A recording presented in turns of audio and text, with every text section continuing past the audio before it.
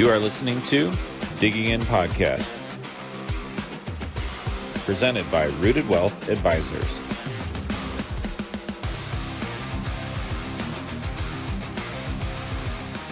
Welcome back to another episode of the Digging In Podcast. I'm your host, Kinch O'Kelley, helping you get those questions answered to and through retirement. Today, I am joined once again by the aforementioned Joey Bags Mateja. Joe, how you feeling, man? I'm feeling great, Kinch. How about you? Hey, I am going. Like the Energizer Bunny. Like it just never stops. It never. I think it's something about the office here. There's a lot of energy, and it's contagious. It very much is. I'm excited. It's always good to record on a Friday. Just the energy is high, and we're always helping clients. I want to ask though, how's Avery doing? Avery's doing well. She is 5, going on 15. Right. She's getting sassy. She's getting sassy. I don't know where she gets that from her dad. No. I tell you what, she's saying things now in context. Some of her responses to us, and it's been dumbfounding, to say the least. We're living that phase where Avery will say something, she goes out of the room, and then Sarah and I look at each other with what just happened? Yeah, or complete laughter. Right. So that's always good. It's been fun though. I don't know about you guys, but whenever my wife and I get back from a trip and we look at our kids, they're instantly like 4 inches taller. Yes. Their faces have changed. Yes. They're more intelligent. Mm-hmm. Not always better. I don't know about intelligent, but okay. Yes. Oh, maybe it's just, I think it was just noticeable because our youngest, like all of a sudden, I just feel like her face looks different. She's talking in more complete sentences. And it just got me thinking as a parent with kids, what that looks like as they get older, as we get older, kind of looping it back to my parents as they get older, as they're recently retired, how to have those money conversations with our kids when they're at a young age, maybe not as young as our kids, but maybe if we look at it from our clients who are retirement age-ish, like what about their adult kids? Because they're probably anywhere from, 20 to 40 or older even. Or older. So It's like, how do you tell or ask your clients to have those conversations? Because as part of a long-term legacy plan, do those kids really need to be involved in those, or how do we have those conversations? How do they even start? Yeah, this is a really good question, Kinch. And I'll tell you what, real quickly, I will touch on the fact that I've already started to have some of these conversations with Avery. Right, I've tried, or I've been trying to instill in her, the value of $1. Right, I don't expect her, nor am I trying to teach her, how much $1 actually is.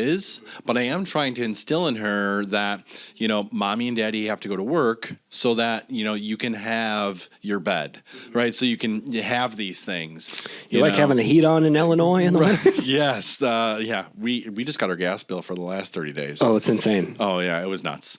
But for Avery, I related to food a lot with her, right? She loves ketchup.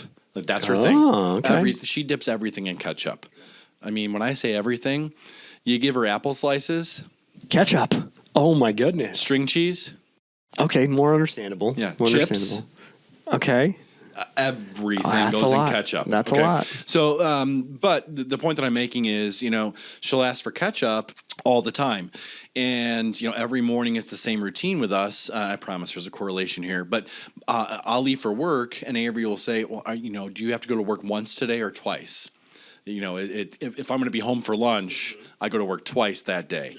And I'll explain, what, daddy won't be home until later on, and she'll be upset or disappointed, right? And I'll say, do you know why daddy has to go to work? It's to buy you ketchup, right? So she's starting to put the pieces together that, we work for a reason, and it's to provide, and it's to do the things that we want, not just what we need, but also what we want. So, I've started to have those conversations with her. But to bring it to your question, Kinch, so the way that I approach it with clients is typically with a question.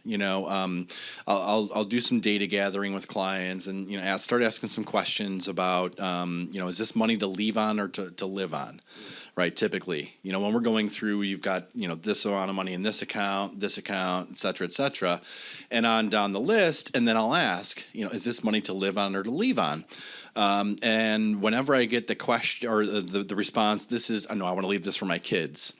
Then I'll just ask, do they know it's there? Right. And I get a number of responses, but the two extreme are, yep, they know, and they know it's coming and they're expecting it, or nope, I haven't told them and I'm not going to.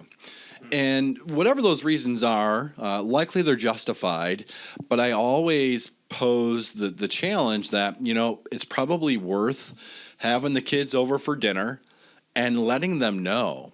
You don't even have to give them specific dollar amounts, but let them know, hey, I've got accounts at this firm, I've got accounts at Rooted, here's their contact information. When the day comes, make sure you reach out because my money is there.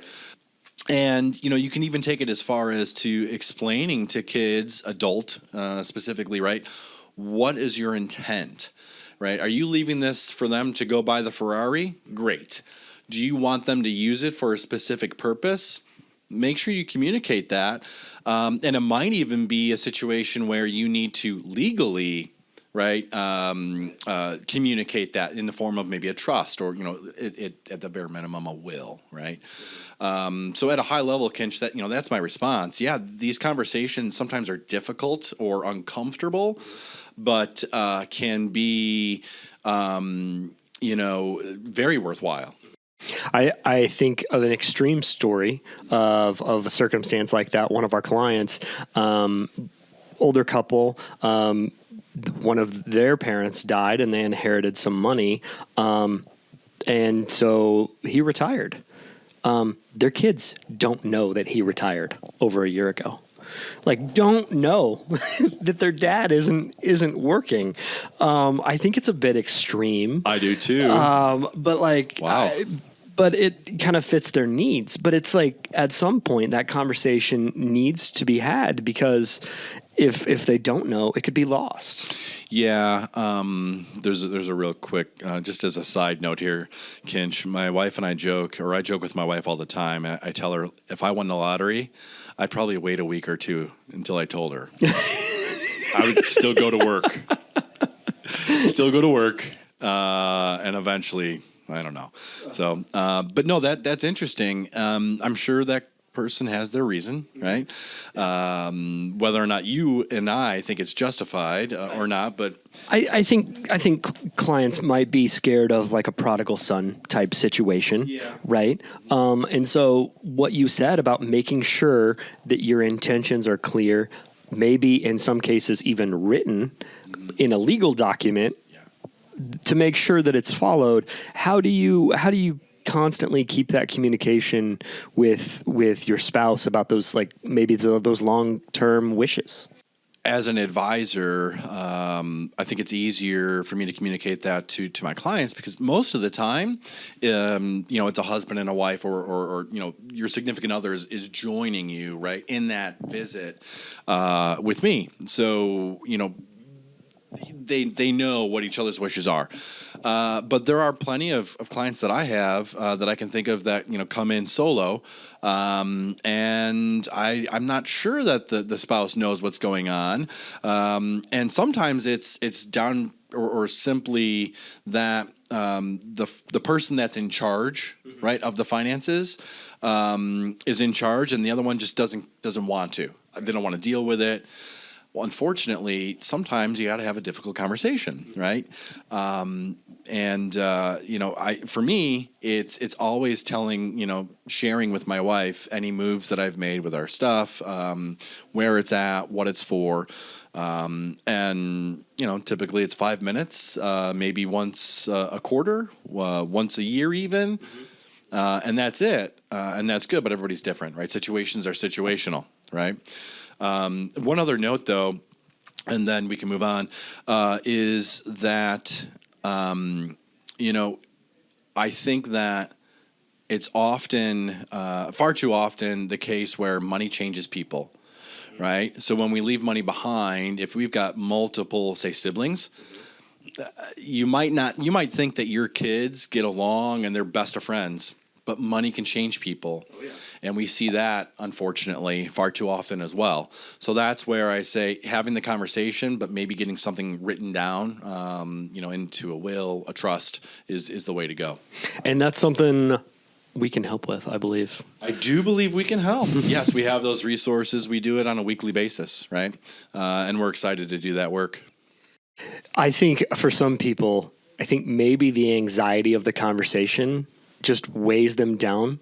But once they get into it and have the conversation, it's not as tough as they initially thought it would be, or not as awkward, or whatever preconceived notions they have in their head. There might be some really, truly difficult conversations to have, but I think a lot of times we build ourselves up and that they're not actually that difficult. Yeah, I would. The analogy I would use is that of a roller coaster, right? At the beginning of the roller coaster, right, it's slow, you're climbing, the anxiety is building, and then you ride the ride, which is the conversation, right? And at the end, that was great, right? Oh, we're still family. Yes, right, exactly. We're still family. Yeah. Well, that is.